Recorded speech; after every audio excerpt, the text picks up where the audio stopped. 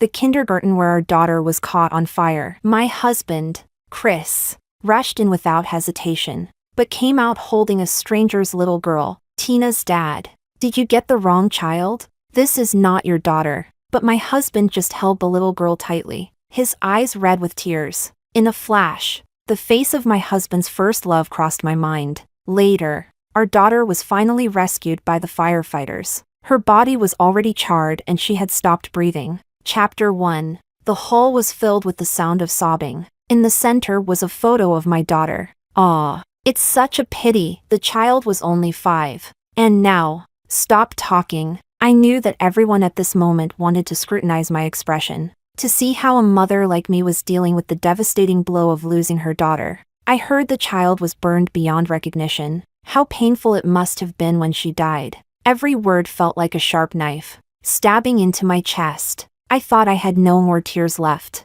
but hearing these words, my eyes blurred completely, and I struggled to stand upright. As for Chris, he knelt beside me, staring at our daughter's photo, his face devoid of expression, even more indifferent than the outsiders. I overheard someone whispering behind me, Chris never liked Dolores. Now that the child is gone, I think this high-profile marriage is over. Yeah.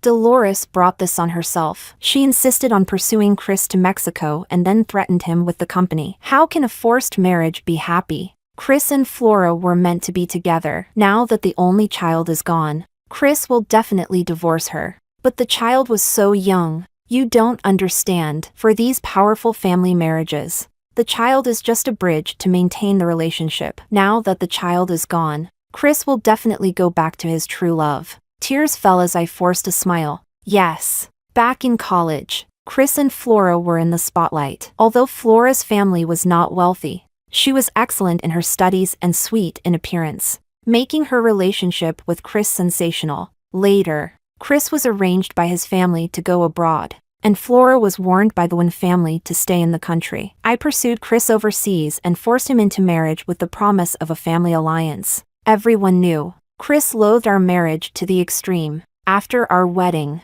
except for our wedding night, Chris was rarely around. I had to get information about him from Flora. At first, I was indignant and confronted Flora, but it was Chris who opened the door, looking down at me with an emotionless face. The marriage is done, and the Liu and Shin families are benefiting the most. What more do you want? Can you leave Ruji alone? After that, I never went back. In this unbalanced and dysfunctional family, our daughter became an insecure child. She was young, but she could instantly sense who genuinely loved her. Despite her longing for fatherly love, she never dared to approach Chris, always watching him with cautious and fearful eyes. But Flora's daughter easily received the fatherly affection from Chris. Chris's love for Flora became clear to me when I saw him rush out of the fire carrying her daughter. After so many years, Chris hadn't changed at all. He loved Flora from the beginning to the end, even if it meant losing his own flesh and blood. I suddenly felt exhausted, unable to utter a single word of reproach. It was as if a small knife repeatedly cut open my heart, the pain spreading through my nerves to my entire body. My fingers trembling, my eyes filled with tears, looking at my daughter's photo. Her small, soft image seemed to reappear before my eyes. My breath caught. My vision went black, and I collapsed to the ground. In a blur, I saw Chris's indifferent gaze turn towards me. Chapter 2. When I woke up again, I was surrounded by people. Everyone looked at me with concern, but in truth, there were many faces I didn't even recognize. Most of them were supporters from the Wen and Sui families. In the past, I would have found such superficial concern laughable and disdainful, but seeing Chris's emotionless eyes, I even thought that sometimes. It's nice when people at least pretend to care. I propped myself up and smiled. I'm fine. No need to worry. Chris's father and my parents were sitting together, their eyes filled with overflowing anxiety and sorrow. Later, only Chris and I were left in the room. Chris, have you ever felt any regret or guilt, thinking that if you had held our daughter instead? Chris looked up and tugged at his tie. Flora's daughter was closer to me. In that situation, I had to choose the safest option. I smiled. Is that so? Looks like you didn't have any selfish motives. I must have misunderstood you. sensing the implication in my words. Chris's expression turned ugly. Dolores, the most important thing for you now is to make proper arrangements for Tina's funeral, not to dwell on these useless, unfounded thoughts. My phone chimed. I glanced at it. It was a photo of a girl smiling brightly. Flora had sent it. The girl in the picture was Flora's daughter. And in the photo, holding the girl with a radiant smile, was Chris. Pain and suffocation entwined me like vines. My hand clenched suddenly. Her daughter survived, while my daughter perished in that sea of fire. Her life ended at the age of 5, and in her last moments, she saw her father carrying another girl to safety. Her hands, reaching out for help, were burned by the flames. What kind of despair and fear did she feel? Chris, Flora's daughter needs you too, right? You don't need to stay here with me, wasting your time. Chris frowned. Dolores, I've told you many times not to drag Ruji into our issues. Can't you speak properly? I pulled the blanket over myself, turning away from him. I am speaking properly. Please leave. I want to rest. I once longed for Chris's glance and words of comfort. Now, even though he sat by my bedside, I felt nothing but suffocation. Chapter 3. After Tina's funeral was handled, Chris's good friend Mateo came to see me. When I was with Chris, Mateo never liked me. Unlike his friendly demeanor with others, he always avoided me. Where I was, he wasn't. And where he was, I wasn't. But Tina was particularly fond of him after she was born, and Mateo was more patient with her than Chris ever was. Now that he came, it was likely to question me, and I didn't want to face him. If you have something to say, just say it. If it's to blame me, I don't want to hear it, and I don't need to. Mateo's eyes flickered. I'm not here to kick you when you're down. Tina was innocent. My dislike for you doesn't mean I'd hurt you this way. I know Chris didn't save our child. If anyone is to blame, it should be him, the father. I sat on the couch, turning my head to look out the window. Ever since Tina's death, hearing Chris's name made me feel suffocated with a heavy sense of powerlessness. All my past persistence for Chris had now become a joke, each memory silently mocking me. I just wanted to check how Tina's mother is doing. Mateo said softly. I looked up to meet his gaze. He added, also, as a concerned friend of Chris. I let out a laugh. Since that day, I hadn't seen Chris again, and now, it was his friend expressing concern on his behalf. No need. We're getting divorced. What's the point of holding on to such a marriage? I once thought that having a child would make Chris focus on our family. My daughter never felt the fatherly love others had. Now Tina is gone, and the pain of losing her made me fully realize how absurd this marriage was. A marriage that should have been supported by love lost its only son, leaving only a cold, collapsing ruin. Mateo's expression froze for a moment. Just then, the door opened. Chris's usually cold face showed a rare emotional shift. You want a divorce? He frowned. Who allowed you to make such a decision? Mateo and Chris exchanged glances. Chris's frown deepened, but he said nothing more and looked directly at me. If you get divorced, what happens to the alliance between the Liu and Su families? Isn't that what you wanted? Now you're saying you don't want it anymore? Interests? I never cared about those. Chris then answered his phone, speaking softly. Hold on. I need to get a document. You take Maddie around, and I'll pick you up later. While he spoke, his indifferent gaze remained on me. Maddie, Flora's daughter, is named Madeline. I forced a smile. Chris took the document and left, saying, Stop saying things you haven't thought through. Not thought through? Tina's death brought me a clear realization. Chris, all these years, I was wrong. Completely wrong. From now on, I won't cling to this anymore. Chapter 4. When Mateo left, he handed me a business card. I suggest you go see a doctor. Your current state is very concerning. Don't ignore mental health issues. This is a friend of mine, a reputable doctor. If you need, just give him a call. If it's inconvenient, you can call me too. I just want to look out for you for Tina's sake. Don't overthink it. I nodded and accepted the card. I majored in biology and minored in psychology in college. So how could I not recognize my own issues? I understand. Thank you. I couldn't save myself. Even attempting to save myself was excruciatingly painful. Since being with Chris, my depression and anxiety had worsened. A woman who places all her focus on her family derives most of her joy and pain from it too. The joy my daughter brought balanced me, allowing me to ignore the feelings of neglect and criticism. She often jumped into my arms, pleading cutely, "Mommy, I don't want to go to school," or she would hug me with her little arms, smiling, "Mommy, I missed you so much." But now that my daughter is gone, all I have left is a heart covered in dust, devoid of any hope. Chapter 5. After that, my best friend often stayed by my side. "Oh, come on. Stop looking at your phone and chat with me, will you?"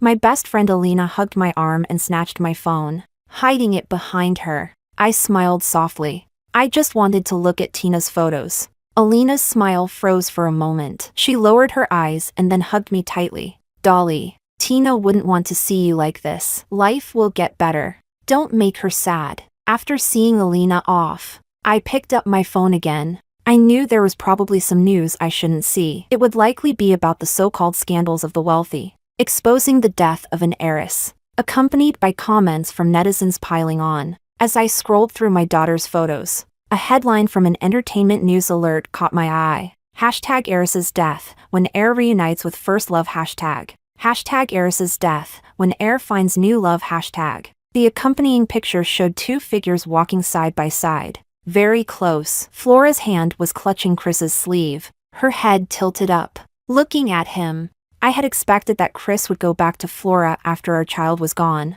but I didn't expect it to be so soon. While the media was extensively reporting my daughter's death, he could still reunite and fall in love with someone else. The bracelet on Flora's wrist gleamed warmly in the sunlight. I had seen it in Chris's study before. It was in a blue velvet gift box, prominently displayed on the desk. I had picked it up with a smile, only to be scolded by Chris. "Who said you could touch my things?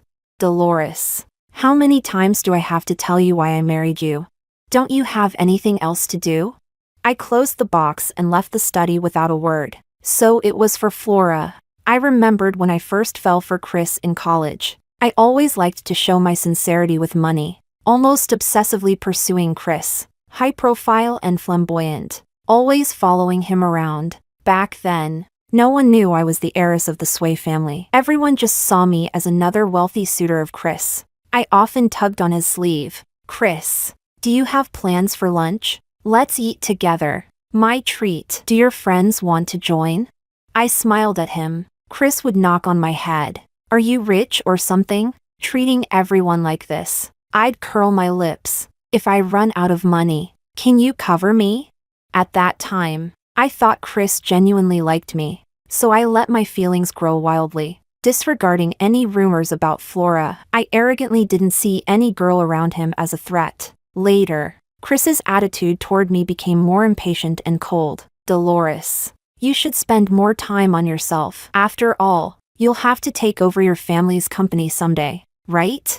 When a reporter exposed my identity, it caused quite a stir at school. I never thought Chris would use it as an excuse to avoid me. I smiled stiffly. "Take over what? Are you angry? I should have told you." But I was afraid it would create a distance between us. He coldly interrupted.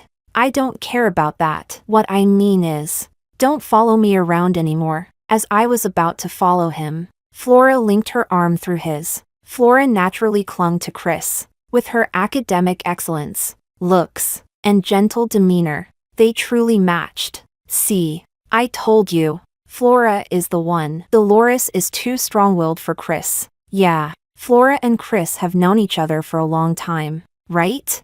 They're a great match. Dolores is too high and mighty. She's not suitable for someone like Chris from an ordinary background."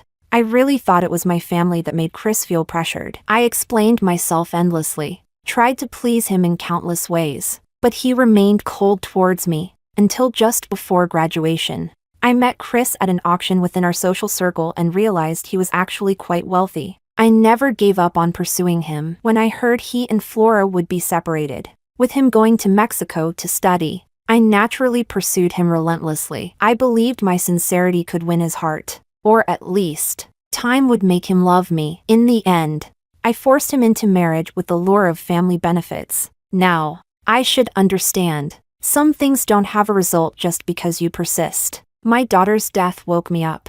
I picked up the phone and dialed. Lawyer White. Please draft a divorce agreement. Chapter 6. I moved out of the Wynn family home, taking all of my daughter's belongings with me. Just as I was about to leave, I ran into Chris. He was holding some documents and angrily grabbed my hand, slamming the door shut. Chris loosened his tie forcefully, looking down at me with a commanding gaze. He threw the documents on the table. What is this? Divorce? I held my suitcase and looked up at him, expressionless, with a slight smile. Yes, let's divorce. Chris, all these years, I've wronged you, keeping you tied to me because of what happened back then, but I have been punished too. I have lost my daughter. Chris's jaw tightened. He spoke in a cold tone. Is this another one of your tricks, Dolores? Are you trying to make me change my mind by retreating? Mentioning the past. Chris clenched his fist. Do you think an apology can erase what happened back then? I don't want to talk about it. Anyway, I don't want to hear it. I don't agree to the divorce, and you need to calm down. Stop bringing me these ridiculous agreements. Tears started falling from my eyes in large drops. Even I was surprised. Not knowing where these emotions were coming from, I suppressed the suffocating feeling in my chest. Speaking slowly, I've stubbornly clung to you all this time. Chris, I've realized my mistake. I'm letting you go. You can be with Flora. I will take the blame upon myself, so no one will stand in your way. Is that okay? Chris stared at me for a long time. After a prolonged silence, he seemed to smile. Dolores, I'll ask you one last time. Do you really want a divorce?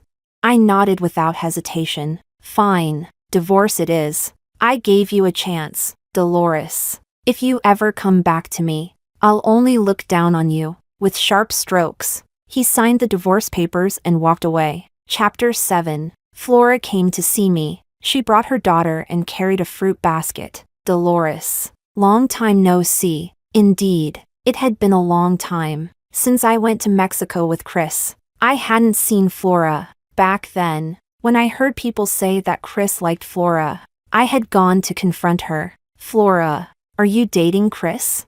Flora smiled at me. I'm not comfortable answering that. Sorry, I smiled. Then I'll assume there's nothing between you two. Flora's expression stiffened. She forced a smile. Miss Sue can think that way, but others might not. Besides, you've been pursuing aging for so long. If there was a chance for you two, wouldn't it have happened by now? If he really liked you, why would he let the rumors about us persist?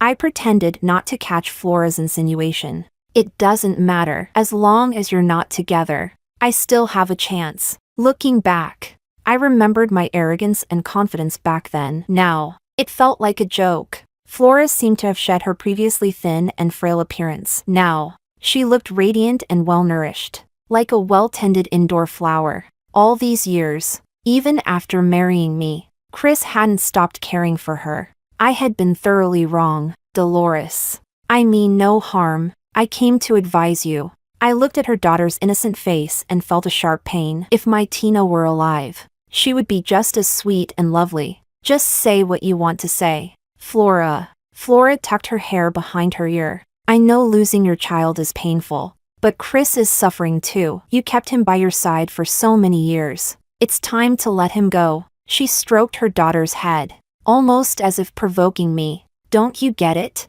The one who survived is my daughter, who has no blood relation to him. Flora's words stabbed my heart like a knife. Let us be, Dolores. He never loved you, and now you've lost your only bargaining chip. Why humiliate yourself? I coldly replied. My child was never a bargaining chip. If you keep mentioning my daughter, I won't mind throwing you out. Flora's face changed color. Also, if you and Chris are so in love, why did you come here to ask me to leave?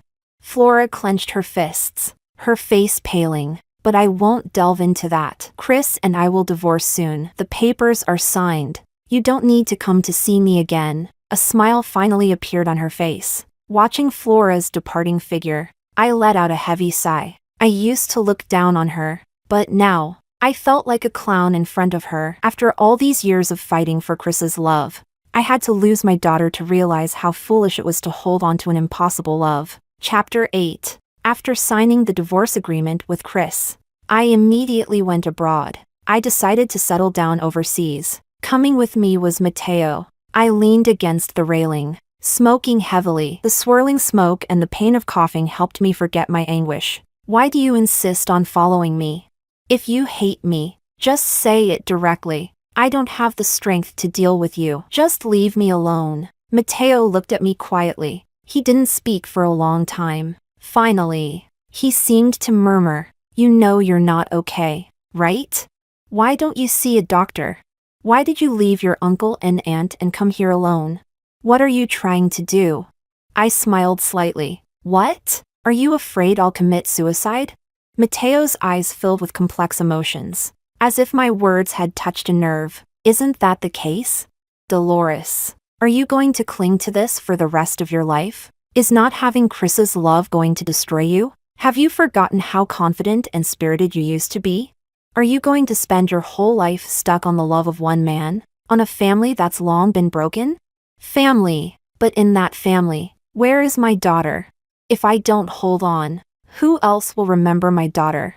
I looked down and tiredly smoked. "Mateo, do you like me?" He stiffened, his jaw tight. Before he could answer, I continued. "When did you start liking me? In college? Or after the marriage? Do you think that now that I've been abandoned, laughed at by everyone in the circle, and lost my child, you can easily be the savior and be with me? That thought just makes me feel sick." These harsh words would certainly make the proud and vain Mateo leave. However, instead of hearing footsteps, I heard Mateo's clear, resigned voice. "I do like you, but I didn't know you were unhappy in your marriage. It was Tina. She said she hoped I could be her dad. That she rarely saw Chris at home but saw him picking up other kids at the kindergarten. Chris seldom came home, and your smile became less frequent." I was stunned. "Tina, my daughter was so young. I never thought she would connect my happiness with Chris. I always told her, Tina misses Daddy? Daddy will be back in a few days. Daddy is just on a business trip. How could he not like Tina? Daddy will take us to the amusement park, and we'll invite Tina's friends, okay?" My daughter would always hug my waist, leaning on me with utter dependence, softly saying, "Okay." Was such a young child comforting me? I covered my mouth with a trembling hand, tears instantly blurring my vision. "Tina." I collapsed to the ground, the pain I had briefly forgotten overwhelming me. The river water sparkled before me, but my mind was filled with my daughter's delicate face. The breeze and air seemed to turn into tiny knives, intensifying my agony. I broke down, sobbing uncontrollably, pounding my chest in despair. "My daughter, my Tina. Mommy is so sorry." Mateo held me in his arms, grasping my hands. "Hit me, Dolores. Don't cry, don't cry." Chapter 9. After returning home, while rummaging through my daughter's things, I accidentally found a letter I had written to Chris. Back then, when I was pursuing him, I tried every method and approach. I never did anything outrageous. I was always sincere and genuine. The letter had many pages, filled with my feelings for him, but later, the letter was returned to me, untouched. It was Flora who handed it to me. "Sorry, Dolores. Chris asked me to handle some trash for him, and when I saw your name on it, I thought I'd bring it to you." Prideful as I was, I couldn't stand Flora's mocking gaze. I grabbed the envelope and threw it into the trash can. "No need. If he doesn't like it, just throw it away." After she left, I cried for a long time alone, then sobbingly retrieved it from the trash can. I kept it until now, never opening it again. Reflecting on my past foolishness is a way to wake up, I suppose. I opened the envelope and read it all the way to the end, where I had written my closing line. "So, Chris, can I stay by your side?" I scoffed and was about to throw it away when I noticed familiar handwriting on the back of the last page. It was Chris's handwriting. It read, "Dolores, I will never like you. Don't hurt yourself. There's no need to waste your time on me." If I had seen that back then, would I have hesitated for a moment? Would it have prevented my current fate? I decided not to dwell on it. I took out my daughter's clothes and toys and placed them beside me. I couldn't find her favorite music box, likely left at the Wen's house. I was about to call Chris. Suddenly, a message popped up on WeChat. It was from Flora. In the photo, Flora's daughter and Chris were sitting face to face. Chris was smiling, and the girl was holding Tina's music box while Chris gently patted her head. Feeling a lump in my chest, I dialed Chris's number. Chris's clear voice came through the phone. I told you, Dolores. I'll only look down on you if you're trying to get back together with me. I interrupted Chris. Give me back my daughter's music box. What music box? The music box Flora's daughter is holding. Chris paused. It's just a music box. You took so many of Tina's things. This child likes it, so I let her play with it. I took a deep breath. That's my daughter's thing. Chris, you can't just give it away. You don't have the right. Fine. If you want it, come get it yourself. Chapter 10. I bought a ticket to return to the country the next day. Mateo insisted on coming with me. I felt irritated. Mateo, do you like me? I asked maliciously. When did you start liking me? In college. Or after the marriage? Do you think that now? Having been abandoned, laughed at by everyone in our circle, and having lost my child, you can easily be the savior. Seeing Mateo's increasingly strange expression, I froze. My mind was in turmoil, images replaying before my eyes. These words, I seemed to have said them exactly the same way before. Mateo grabbed my arm, his eyes overflowing with concern. Dolores. My fingertips trembled uncontrollably, but I couldn't remember when it had happened. I desperately tried to recall, but the fragments vanished, leaving a blank space. Tears slid down my cheeks, and Mateo held me tightly in his arms. We're going to the hospital. We're going now. Chapter 11. Dissociative amnesia and severe depression. I stared at the diagnosis slip for a long time. I tried to curl my lips into a mocking smile, but it felt as if I had no strength left. Mateo held my hand tightly, more anxious than I was. We'll get treatment, okay? Let's do it for Tina. A flicker of light appeared in my eyes as I recalled the times Mateo came to take Tina out to play. Uncle, can we ask Mommy to come with us? I want the three of us to go out and play. Mateo would usually glance at me without any emotion and then gently pinch Tina's cheek. Your mommy doesn't really want to go out. Uncle will take you, and we'll have even more fun, okay?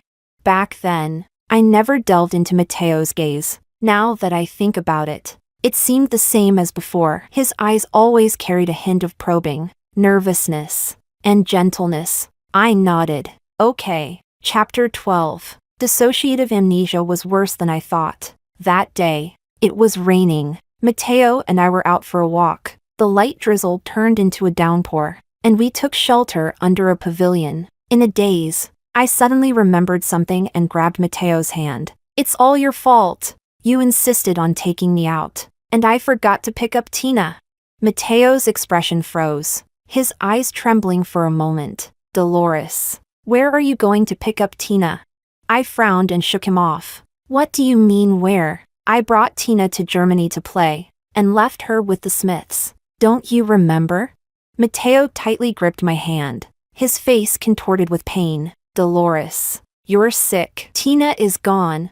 What are you talking about? Mateo, you're the one who's sick. A car sped by. A black-haired girl came into my view. Her eyes darted around in panic. She held a beautiful doll in her arms. Standing in the middle of the road, paralyzed with fear, the car drew closer and closer. The girl's face overlapped with the image of Tina in my mind. My heart tightened, and I rushed toward the girl. Tina! The car brushed past my arm, leaving a bloody wound on my elbow. The girl screamed and cried, and I finally saw her face clearly. She had an Asian face, but she wasn't Tina. The girl was quickly taken away by her parents. Mateo knelt beside me, his suit soaked through, his hair dripping wet. He held me tightly in his arms. His voice seemed to break. Dolly, Dolly, leaning against Mateo. I felt exhausted, placing my hand on his arm. I remember now. Tina is gone. Chapter 13. When I woke up again, I was lying in a hospital bed. I frowned and rubbed my forehead. I felt sore all over. The room was empty, but I could hear arguing outside the door. I threw back the covers, stood up, and walked closer. A familiar voice reached me. Mateo. What do you mean? Do I need your permission to see Dolores? You're divorced now. You have no relationship with her anymore. I'm still her ex-husband, someone who lived with her for many years. The man's voice was low and angry. Step aside. I don't want to argue about your relationship. I just need to know why she's in the hospital and how she's doing. Chris, you're marrying Flora, right? Do you think she wants to see you now? My affairs with anyone are none of your business. Mateo, if you insist on blocking me, I need to ask, how long have you been coveting Dolores? There was a loud bang. Someone probably got hit. I gently pushed the door open and saw the two men grappling with each other. They both froze, turning to look at me simultaneously, then awkwardly let go of each other and straightened their clothes. I noticed a bruise on Mateo's lip and reached for his sleeve. Frowning, did you get hit? Mateo pressed his lips together and nodded. The man opposite, called Chris, was staring at me intently. I looked at him curiously and then asked Mateo, "Who's this?" Chris froze completely, his emotions suddenly surging. He grabbed my hand, almost laughing angrily. Dolores, are you playing a game with Mateo to mess with me? I yanked my hand away, pressing my lips together without speaking, just feeling annoyed. Chris glared at me, his anger almost palpable. Say something. Mateo stepped in front of me protectively, speaking calmly. Do you know why she's in the hospital?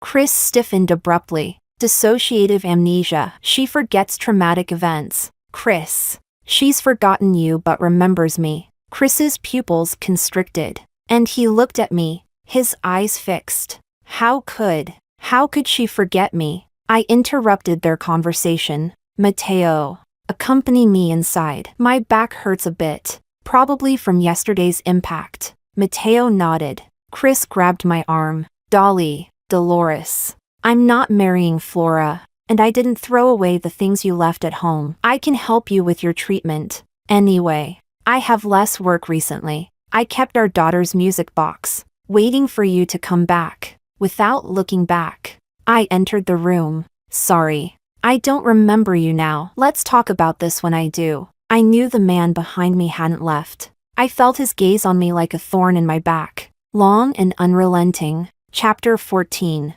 I still remember. I looked up at Mateo. Those words I said to Chris were just a pretense. I didn't want to get entangled with him anymore. Mateo gently ruffled my hair. I know.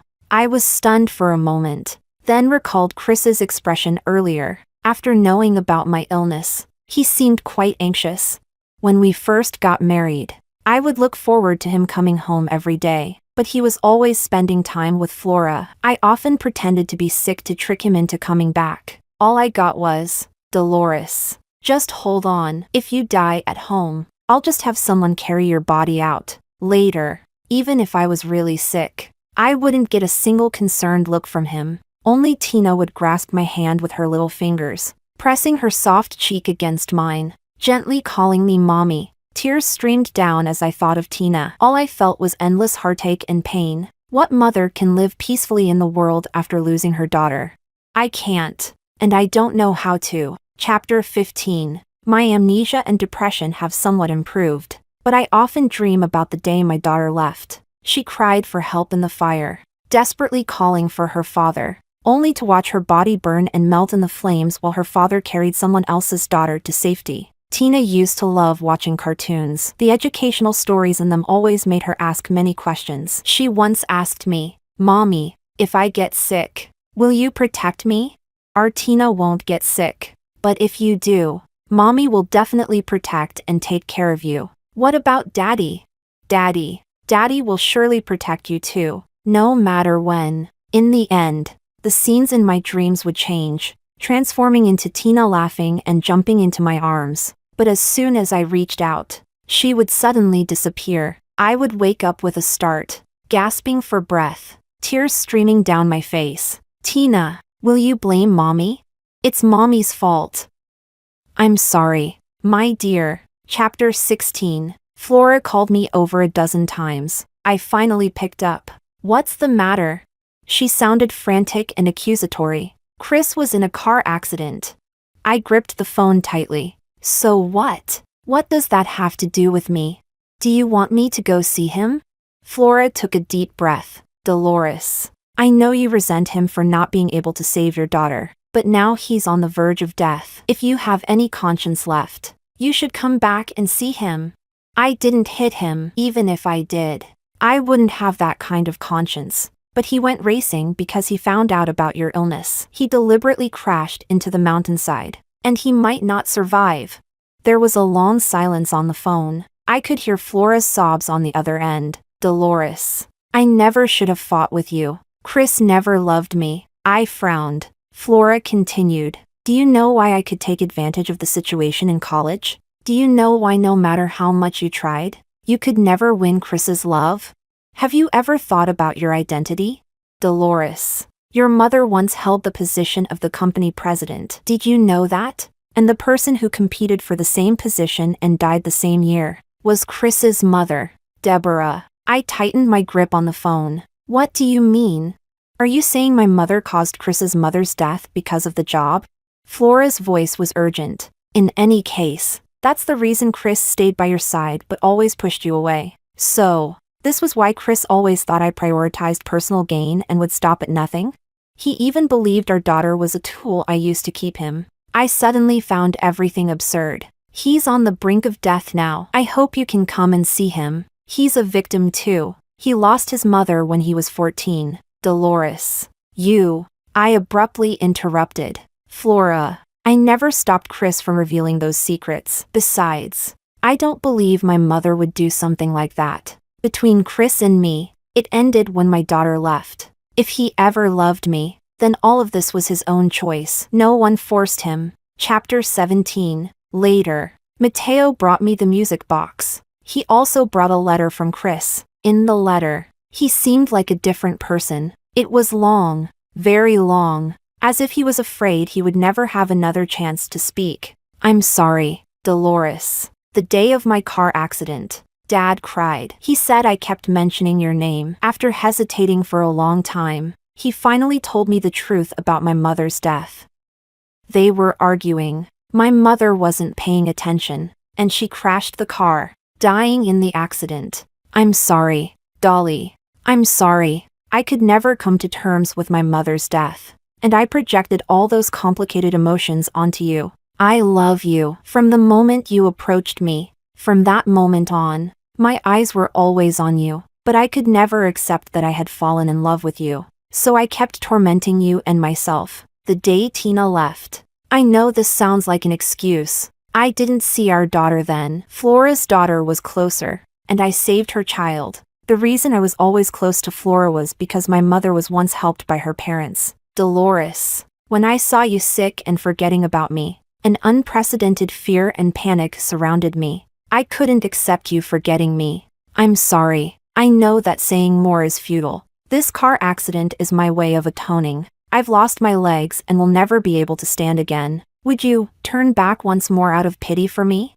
I folded the letter and placed it in Mateo's hand. Throw the letter away. No need to reply. Between Chris and me, maybe there was love. But now, I don't want to dwell on those feelings anymore. My obsession is long in the past. Chris's remorse and atonement have nothing to do with me anymore. I just want to live well. For my Tina. To live well. Chapter 18. I saw Chris again 3 years later. By then, my dissociative amnesia and depression had mostly healed. I was walking with Mateo in Cologne Square. Mateo was pushing a wheelchair. When our eyes met, Chris froze, staring at me without blinking. I held onto Mateo's arm, looking down at Chris without any emotion. Chris's hands were on his knees, gripping them tightly, his gaze a mix of evasion and insecurity. Yet he still spoke. Long time no see. I nodded. Long time no see. How have you been? Pretty well. Chris's eyes flickered, filled with guilt and regret. Back then, that letter. Let's not talk about the past. Between us, it ended a long time ago. Tears fell from Chris's eyes, and I looked away without any emotion. Pigeons surrounded the fountain nearby. In that instant, white doves took flight, toward the bright blue sky, toward the sunset. Their fluttering tails reminded me of what my daughter once said. Mommy, I want to be like a white dove too, flying high and far. So amazing! Mommy, you be the dove, Mommy. Let's fly far away together. Tina, Mommy is listening to you, flying toward freedom, toward the distance, higher and farther. In a certain moment, in an instant, at every choice I make, Tina seems to be by my side, always. In another way, by my side.